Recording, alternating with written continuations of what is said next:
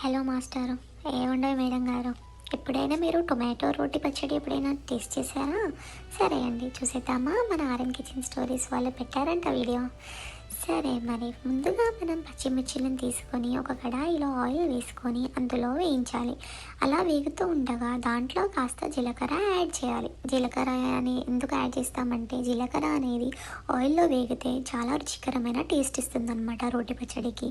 అలానే మనం ముందుగా కట్ చేసుకొని పెట్టుకున్న టొమాటో ముక్కల్ని కూడా అదే ఆయిల్లో వేసి కాసేపు వేయించుకోవాలి.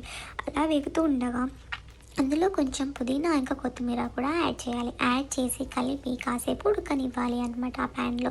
తర్వాత మనం రోటీలో ముందుగా వేయించుకొని పెట్టుకున్న పచ్చిమిర్చిని అందులో వేసుకోవాలి.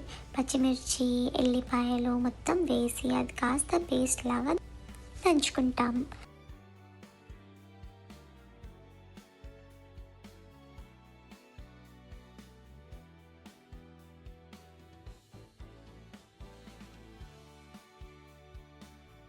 తర్వాత అందులో మనం గల్లుప్పు అనేది వేస్తాము. మనము గల్లుప్పు అనేది ఎందుకు వాడతాం రోటి పచ్చడికి?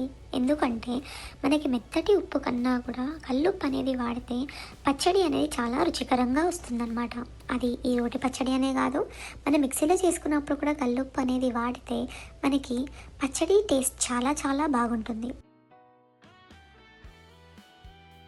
ఇప్పుడు మనం ముందుగా ఉడకబెట్టుకున్న నూనెలో వేయించుకున్న టొమాటో ముక్కలను ఈ రోటిలో వేయాలి. ఈ రోటిలో వేసినప్పుడు మనకి ఇంతకుముందు పేస్ట్గా చేసుకున్న పచ్చిమిర్చి దాంట్లో ఇదంతా కలిసిపోవాలి. సో అలా కలిసిపోయేంత వరకు మనం ఆ రోకలితో మనం దంచుతూనే ఉండాలి అన్నమాట. మనకి ఆ టొమాటో ముక్కల్లో ఇంతకుముందు మనకి పుదీనా ఇంకా కొత్తిమీర అనేది యాడ్ చేసుకున్నాం. అది ఫ్లేవర్ కోసం అండి, అది మీ ఇష్టం.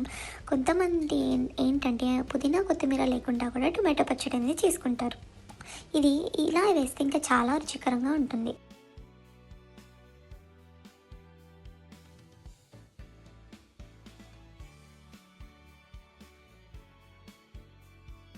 సో ఇలాంటి మరిన్ని వీడియోస్ కోసం ఫాలో అండ్ సబ్స్క్రైబ్ చేయండి RN kitchen stories. Thank you. See you. Bye bye.